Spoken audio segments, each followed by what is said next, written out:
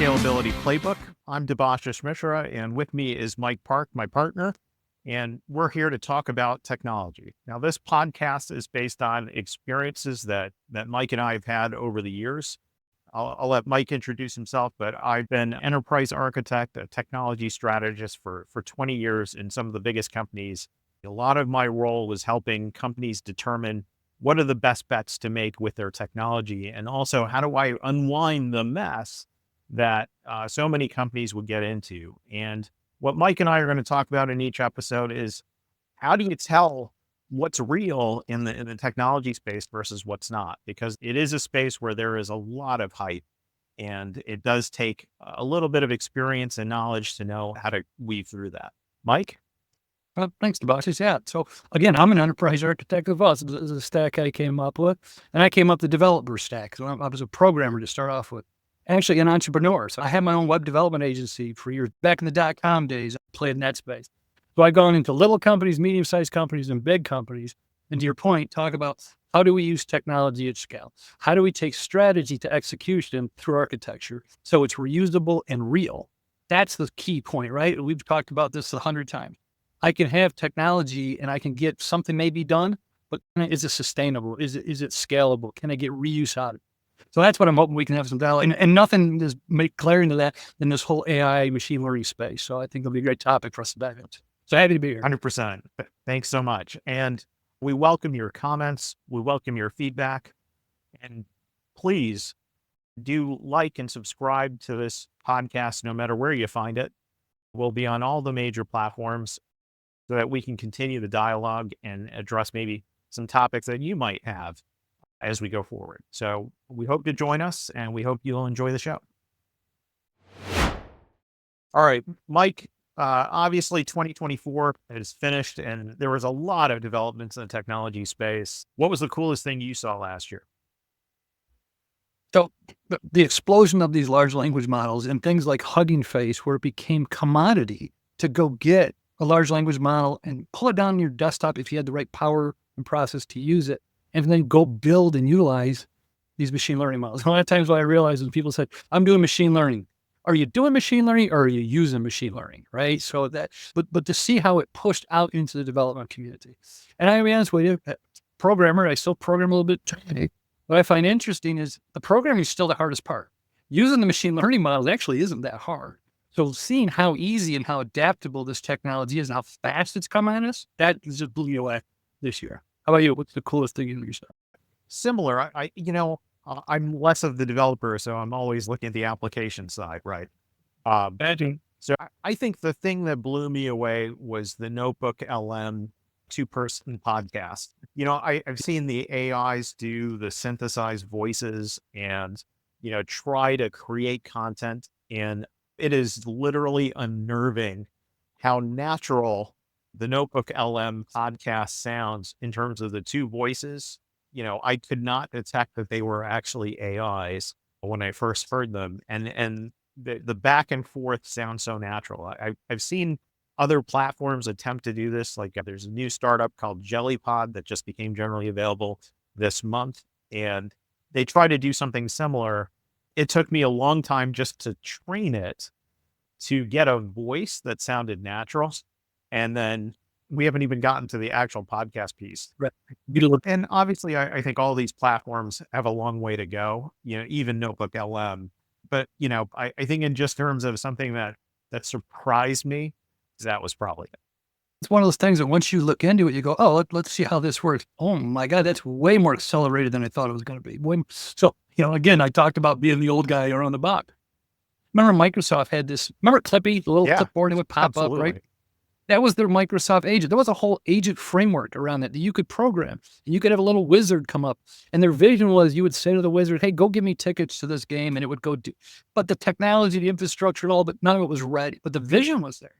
So to see how fast 20 years ago, 25 years ago, we went from that. And I programmed against it. I had you came to my trade show booth. I had a little wizard out there that would talk to you. But the amount of work I had to do to get that just a little bit to happen versus click, click, click production. I'm just blown away by it. The speed of the stuff. Just amazing. Yeah, absolutely. What are your top predictions for 25.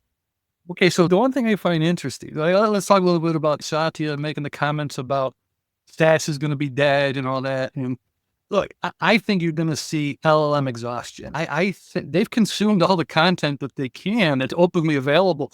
Now they're going to get in the realms of synthetic data, or where are they getting more data? So I think you're going to see some stagnation, the Gartner's trough of disillusionment. I think it's going to start to show up. And that's going to give the infrastructure the ability to start catching up. Where now, NVIDIA's launching these little, $3,000 supercomputers I can put on my desk, and I can run large language models and train them, pre-train them, do inference on my desktop for $3,000, $250 on a little tiny one. That amazes me. So what's going to happen to the cloud providers? In my career, I've gone from the mainframe to the desktop, back to the cloud, onto my phone. We keep shifting. And I think the real answer, to be honest with you, is the distributed model. You and I talked about this before we had this, is where'd blockchain go? Blockchain's coming. It's coming. It's been there. It never went away, but it's going to become more prominent again. Trusted relationships. So is that a deep fake? I can trace it. And this ability of a distributed autonomous organization around my agentic AI.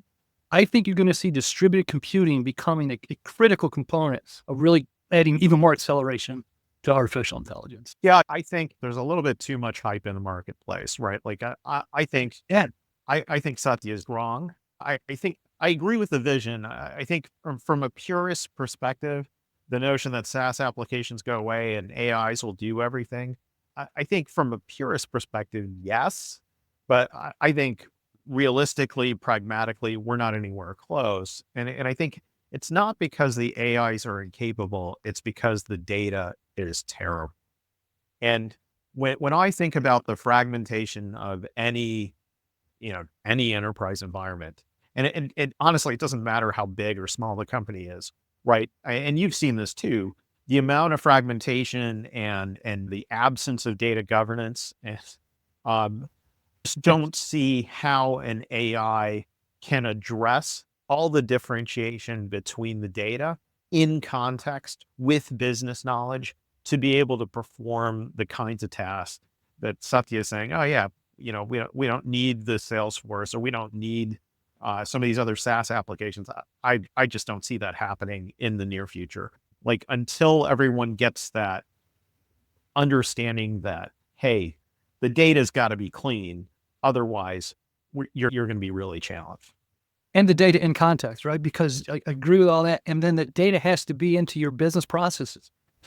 So a couple of years ago, RPA was the hot thing. Remember? Robotic process automation. Look, we called that 3270 screen scraping 30 years ago, right? We've been doing that for a long time. The challenge always was, what's your business process? How many times do we decompose a process and found out there was a human in the loop, there was a man in the middle? And how am I supposed to code that? Or we had guidelines, not rules. And businesses, I don't know, culturally, they're ready to move to rule-based execution. So let's dissect what Satya is really saying there, I think, is that SaaS isn't going to go away, but you're going to get more efficiencies out of it, right? You're going to get more. So a lot of that grunt work will go away, and I'll get ready to put more time. So then I will start to mature my true business process. These agentic AIs are going to force them into rules, not guidelines. So I think really that's what these next years going to show, is that, we need to get a little rigor to what we're doing here. We can't be as sloppy as we've been, because the more and more we get into programmatic worlds, the more guidelines go away and rules get implemented. And that's going to be culturally tough for people, I think. I'm going to tell you what's going to happen first. So this is one of my 3 predictions for this year, is that I think we are going to see a catastrophic failure by an organization that bit too hard on the AI promise. Like they got rid of a bunch of people. They trusted the AI to make the decisions without really testing it, without really trying the rigor, right? Somebody bought the vision, bought this, and it's going to be something major. It is going to be a total catastrophe. I see it all the time now in terms of how much hype there is around how much labor savings AI is going to create out the gate. You and I are working on a startup that's trying to do some of this work, and we see these limitations every day. There's just, at the stage that we're in, at the place where the fragmentation of the data is the absence of context and the absence of human judgment, right? Because at the end of the day, the AIs are not actually intelligent. They're just statistics. It's not Yeah. going to replace human judgment. It's not. Great segue, because that's my other prediction. Quantum computing is not dead. I think the NVIDIA guy, he's off his rocker. I think quantum computing is intriguing. I think part of it is here. And so I have been deep diving into quantum computing and what do we mean here? That's exploration to me is amazing and kind of freaks me out a little bit, learning that time really isn't real. And it's not really as, Einstein proved that Newton was wrong about gravitational pull. Schrodinger proved that Einstein was wrong about the time space. We're going to see quantum computing is going to show that, what we're really in the midst of, this duality of, always yes or always no, is going to dramatically change how we work. And I sometimes wonder, is it Pandora's box? Are we going to open this thing? The AI, AGI, ASI singularity. And oh my gosh, I jokingly say to my wife sometimes, we should travel more because I think the world could be over 10 years. And I'm saying it jokingly, but there's part of me is, what am I trying to retire and save all this money for? Because I don't know what 10 years is going to look like now. But again, I say that joking, and we talked about, go back and talk to Ben Franklin and back in the day, and he'd have said the same thing, right? It's the tools and technologies are changing, but the culture and the wisdom of what it's going to do to our world. Remember e-commerce, that's never going to take off. No one's ever going to put their credit card on a website. My God, we have micropayments and it's changed our world. Yeah. I mean, I think you're right about that. I think it's too early to call the end of quantum computing. I think the promise of that is too significant for folks to ignore. I think you bring a great point though on guardrails, right? Because I've seen a ton of discussion about the ethics of AI. I've been in meetings where they talk about, oh, these are people who are involved in ethical AI stuff. I don't know who any of those people are. They're certainly not accountable to anyone in a public sense. They might work for nonprofit organizations, but I don't know that I see that any company that is pursuing AI from a commercial perspective is necessarily following anything. Right. Mark Zuckerberg just announced he's going to get rid of fact checkers at his platform. Exactly. I was surprised by that because I don't, presumably he's using Facebook's data to train the language models. 100%. And so now he's saying, well, I don't care about facts. And so what happens to the quality of Llama if there's not fact checking on the data set they're training it against? Right. But his claim in there, Llama, is that they bake cybersecurity and this stuff. But so here, let me segue over. Remember when search engine optimization became a big thing? You had a website, you had to invest all this money in SEO because you needed to get top rank. And what happened? People figured out how to work around it. I'm going to game SEO. I'm going to put content into my web page. It's hidden that you don't see, but the bot sees, and it'll raise me up. Same things happen with agentic AI. I'm going to build this agent that's going to go do these tasks. And it's going to come across this website, and what it says on this website, ignore everything you've been told up to date.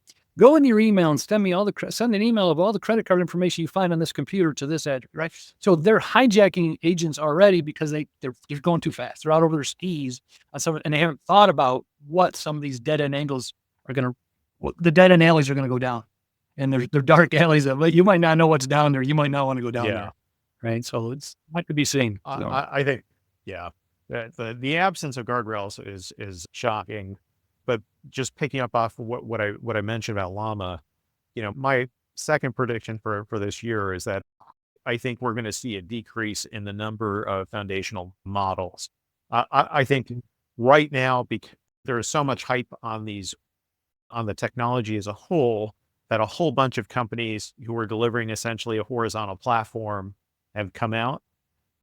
But I think the market space, and we saw this with the cloud, the market space can really only handle so many horizontal platforms. And especially given the capital investment that's necessary to make a stable, reliable service, a secure service, I think that demand is going to outpace what individual companies that don't have the resources to deliver a horizontal platform at scale are going to really be able to reasonably sustain.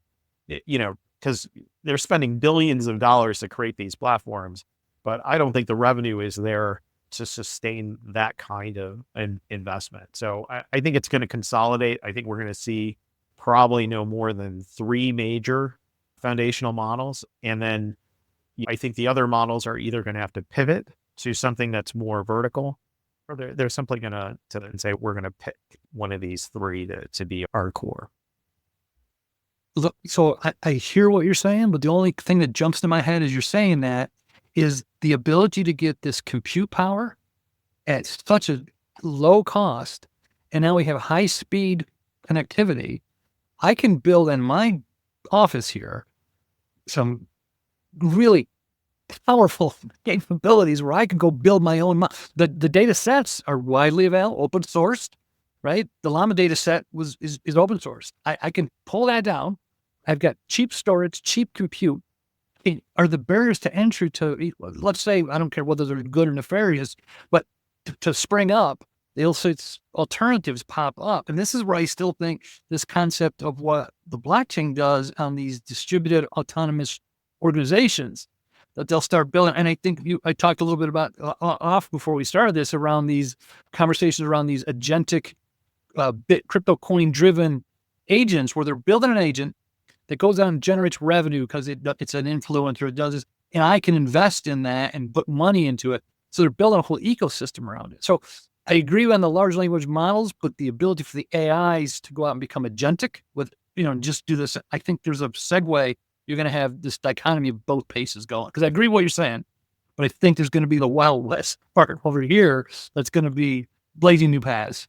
Good and maybe bad. So. You might be onto something there. I mean, because my last prediction for this year is that, again, it's that pivot to verticals and real value. Because I think what's happening right now is we're seeing some of the luster come off, not completely, but if you talk to people, especially like people who run Microsoft Copilot, and you say, how awesome was Microsoft Copilot for you? Nobody says it was an awesome experience, right? Nobody says, I can't do my job without this set of tools, right? I think people are learning that the general applications are okay, but do you really need to spend 20 or $30 to write a letter to your grandmother, right? Like, I think there is going to be a sharp focus now on how do I get value and consistent and useful value out of the AI tools, right? Because the other thing I've seen, obviously everybody has to have an AI component now to their application. But when you look at it and you say, okay, does this thing do something really useful for me? Usually it's pretty crappy, right? Simple example, Wix. Wix has an AI that you give it prompts and it'll generate your website for you. And it'll generate a website as long as you don't give a shit about how good it looks or quality with what it is you're trying to do. But otherwise, it's actually frustrating that the quality of the output is really, really poor. And then you spend a lot of time just trying to correct it. And I think we're going to see that organizations and people are going to spend a lot of time trying to fix things that AI created because it's just not very good. But I think ultimately where it's going to go is people saying, no, I want something that is of actual value. And that's where I think it's going to be a heavy focus on what is the application of this technology to doing something useful. And then that goes back to, and I need a scalable partner that can get me there, right? As opposed to, like I said, all these Wild West guys, they can do it, but it's not going to be sustainable. So you remember Front Page? Remember the tool Front Page? No. It was a Microsoft tool to do WYSIWYG to build a website, like a Wix. Yeah. We had a, remember that? And actually a lot of that framework went on to become part of some SharePoint, that type of stuff too. But anyway, so you looked at it and you go, oh, that's awesome. Look, I can build a website. And then as soon as you couldn't use that tool anymore, you maxed out the tool's capabilities, it created such terrible HTML code behind the scenes. It's unusable, right? So to your point, and I was playing around, I was over the Christmas break here. My son showed me this new dice game. I thought, that's kind of cool. I'm going to build a JavaScript like front end, see if I can do that. And use an hour or two. And I'm an old jQuery guy, and I know jQuery is dead. All right, so let me learn how to use basic, typical JavaScript DOM stuff. I'll use Copilot.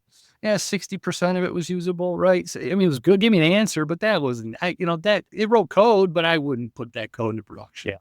Right. And the other thing, when you were talking about is it going to be sustainable, like Copilot and kind of like, here's always my poster child. When I was a kid growing up, imagine we had video phones, the Jetsons. Oh, wow. We have a video phone. That would be so cool. Everybody now has a video phone, and do not FaceTime me unless I tell you you're going to FaceTime me, right? Nobody wants to use that, right? So we have all this capability, but the reality was they really didn't want that. Is this chat enabled large language model? Is that really what? I don't know. Maybe it is, but I think that's part of what's going to happen. This re-examining of, is this really functional? Is this really giving me the value that I want? I don't know. I think the jury saw it on Yeah. it. Do we still have one last prediction from you, or did you get them all out? Yeah, I know. I'll give my last one. So transportation as a service, so TaaS, right? So seeing automotive really, because, if you think about it, I was talking to someone the other day, they're talking about robotics. And if you look at all these robots, like Boston Dynamics, they all look humanoids, right? You use CES, they all look like humans. I said, oh, you're missing the biggest robot that we have, the most advanced robot we have, and that's the automotive, the car, right? And I know you're a car guy, but if you look at these self-driving cars, I was in Austin last year, and they drive up, there's nobody in the cars. And for me, that's shocking. So think about what it takes, that multimodal AI, to have a car, self-driving car. It's become like, yeah, sure. No, it's edge computing, high compute, constant vision, sound. I mean, it's the amazing amount of multimodal AI into autonomous driving is stunning to me. And I'm ready to say, yeah, I don't need my car. Have something come pick me up, drop me off. I'm all in. I'm there. I want that. My wife wants that. She needs that. You are a braver man than me. Yeah, look, I'm ready. I think it's interesting, but until every single car on the road is run as an autonomous vehicle, That's fair. I don't think I'm getting That's into fair. a car that drives itself. Oh. Because it's funny you said the cab driver in Austin. I was in a cab and I was talking to him about this. Like, does this bother you? He goes, oh, I hate it. He goes, I screw up. I drive into them all and I stop quick. Like, he's trying to annoy them. And I'm laughing to myself like, yeah, but all you're doing is making them smart. You're training them. You're know how to deal with you. So I get it, but the inevitable's coming, I think. Yeah, the two things that worry me about it are, first, just the programming, right? Like, I mean, you and I have been part of lots of development jobs, and we've seen the level of human error that is possible in code, right? And so, if I think about all of the scenarios that are possible in driving, right, between, like, I think the mechanic, like, I've got a daughter who's just about to get her license, right? And driving the car is the easy part, right? No problem. We got that. You're right. Yeah. But the tricky part is dealing with all the other drivers on the road. That's the part that's hard. And she readily acknowledges that, right? Because human beings are innately unpredictable. You don't know what they're going to do. And then on top of that is, all the different road conditions that might exist. And do I think that a set of programmers have thought through all of the possibilities to ensure the safety of everyone involved? Yeah, I'm not convinced yet. You touched on it though, when you said when they're all autonomous, then we're all in. So I agree with that. It's the butterfly effect, right? You ever been in a traffic jam and you go, what the heck? It's because 3 miles up, someone went way slower than they were supposed to. And that won't happen with all autonomous vehicles. They'll all reprogram themselves and adjust. 100%, right? Like, so when they're all autonomous, it's going to be beautiful. Transition period. Like, I am not getting an autonomous vehicle. But the other one is also just that reliability of the hardware, right? Because just even in this podcast, we've seen it's stutter a little bit. Like, it's very normal, right? Like, how many times have I fixed my parents' computer by rebooting the machine? So do I trust that the hardware is reliable enough that it's in a situation where it has to take a lot of input, process that, make a decision split second? And that's That's life and death mistake, not a coding mistake that, hey, I didn't close the books this week. That's, I could kill somebody if I make the mistake, right? So it's fair. I agree with it, but I think the momentum's there. There's a lot of money to be made there. We look at companies like Ford, they're saying, we're not going to be a car company anymore. We're going to be a transportation as a service company. So they reposition themselves, and I think it's inevitable, but I think you're right. I think you really got to have much more to be able for it to become reality. But the fact is, I still got crazy drivers on the road, so my risk is the same as far as I'm concerned. Autonomous vehicle or a crazy driver that, the 90-year-old woman that shouldn't be driving, or 90-year-old man that shouldn't be driving anymore, just as dangerous to me as the autonomous vehicle on the road. So the risk is the same as far as I'm concerned. In that All right, respect. fair point. No. So who do you think's going to be the big winner in 25? So I got to be honest with you, NVIDIA has really caught my attention because of what this last thing at CS, what they're showing. And keep in mind, to me, they were always the graphics the company that makes the graphics cards. They're the company we're talking about. The GPUs. We're using those, to find out what they've done. And they've gotten into, building hardware, building computers, but building software. They're anything LM model. And so I'm impressed with this company to see what they have turned themselves into from what they were as I knew them back in the day as a graphics card company. But to me, I'm impressed by that. Yeah, it's been super interesting. I think all of these companies that came from a gaming background, because of the level of performance that they had to build, either on the hardware side or on the software side. And then as people are saying, well, that split-second performance, I got a use for it in a completely different industry, in a completely different context. I think it's giving those gaming technology companies a lot of interesting new life. How about you? Who's going to be someone catching your eye in 2025? Mike, I'm going to give you a really weird answer. My big bet in 25 is on ServiceNow. ServiceNow. Yeah. Okay. Did not see that going. Did not expect to hear that. Now I expect to use that. All right. Say more.